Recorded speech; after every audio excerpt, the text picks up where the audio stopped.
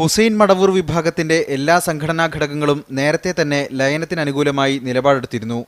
TP. Abdullakoya Madani നേതൃത്വം നൽകുന്ന ഔദ്യോഗിക വിഭാഗം സംസ്ഥാന കൗൺസിലിന്റെ അനുമതിയാണ് ബാക്കിയുണ്ടായിരുന്നത്. കോഴിക്കോട്ട് ചേർന്ന ഔദ്യോഗിക വിഭാഗം കൗൺസിൽ യോഗവും ഐക്യപദ്ധതിക്ക് അനുമതി നൽകിയതോടെ ലയനത്തിനുള്ള എല്ലാ കടമ്പകളും മറികടന്നു. സംസ്ഥാന സെക്രട്ടറി അബ്ദുറഹ്മാൻ സലഫി അവതരിപ്പിച്ച ഐക്യപദ്ധതി പ്രമേയം കൗൺസിൽ എതിർപ്പില്ലാതെ അംഗീകരിച്ചു.